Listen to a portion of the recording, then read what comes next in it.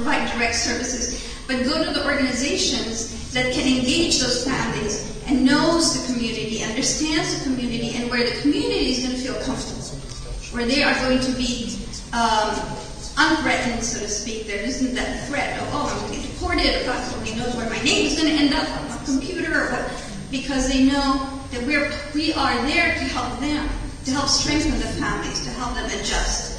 So, so anyway, I obviously didn't use any of my prepared statements, and I just talked. But anyway, and I'm looking forward to a discussion about a lot of this. I'm trying to see if there's anything that I should have mentioned and didn't mention.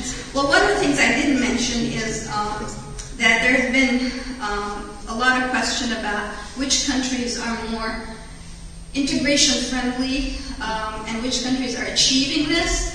And it was found that actually Germany is one of the ones that's more and more adopting multicultural policies. The US was moderate multicultural, and the two countries that really proved to be the highest were Canada and Australia.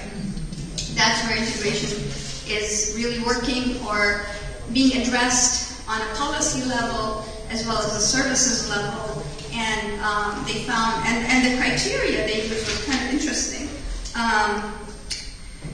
Let's see, some of the things they were looking for were multiculturalism in the school curriculum, inclusion of ethnic representation in public media, exemptions from dress codes in public laws, acceptance of dual citizenship, funding of ethnic organizations to support cultural activities, and funding of bilingual and mother tongue instruction. In New York City, we have bilingual education, we have newcomer schools, we have ESL classes that are over and above the regular curriculum. So there's a lot of effort also being made. I think maybe the US New York should be looked at separately from the rest of the country. I think we've come up pretty high. But, so anyway, so I think that and the other thing that I actually, in terms of statistics that I didn't mention, is that immigrants in New York City comprise about 36 to 40% of the population. And it's the increase of immigrant population growth as one of the main catalysts that has enabled the city to grow and prosper. I thought that was really important. Also that 37% of the New York City population is foreign-born and holds positions from CEO in a corporation to unskilled positions. 31% of about 800,000 commuters in New York City today are immigrants, with 40% working in surface jobs, about a third are in the professional sector, and a quarter in management, business, and finance. And then New York City has the largest enclaves of Middle Eastern, South Asian, and African immigrants, which according to the 2010 census are three of the fastest growing immigration populations in the country. So, Africans. Let's see. So that was, I thought that was kind of interesting as a statistic, and to see where New York City is going.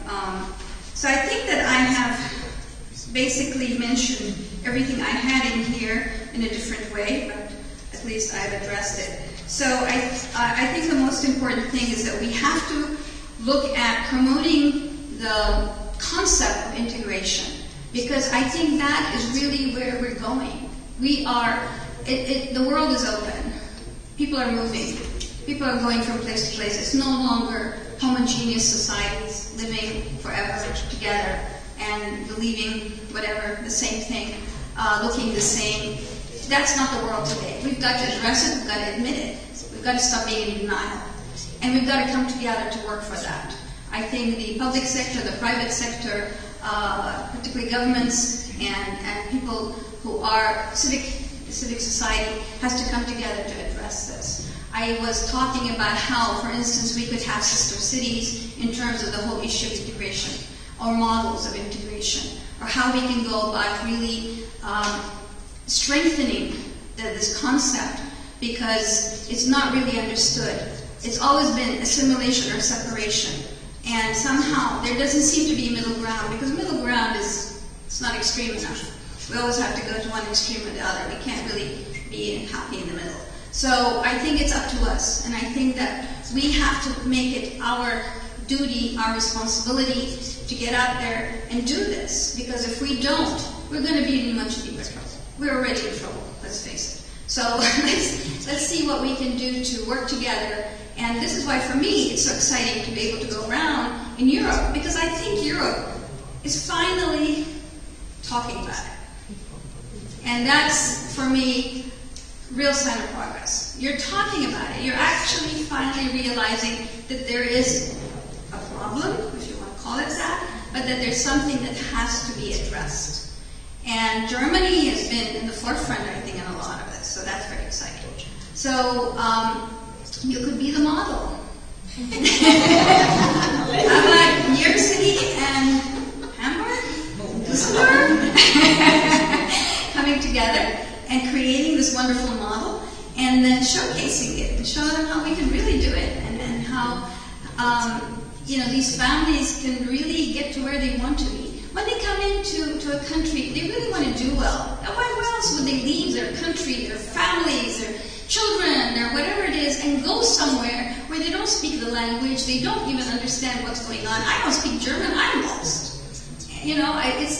It really hits me when I go to another country and I don't speak the language. It's a very overwhelming, more than overwhelming. You feel so left out.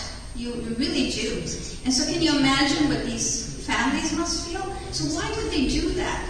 They must, because they really want to succeed. They want something better. They want something better for their children. But unfortunately, it's not that easy. And we're not making it any easier. So if we start from the beginning, if we meet these families from day one, at the airport, wherever you want to meet them, find them, wherever you want to find them, and begin the process, begin helping them to understand the laws, begin to teach them English, German, begin to help their children with schools and how to get into school and how to get into college and what to do to succeed. Begin to provide, microcredit or whatever it takes, whatever that community needs. If we do that, how much richer society we're going to be. And as human beings we're going to be. Because we've really helped the others. Because we've made it. So why are we holding on to that? Why can't we give back?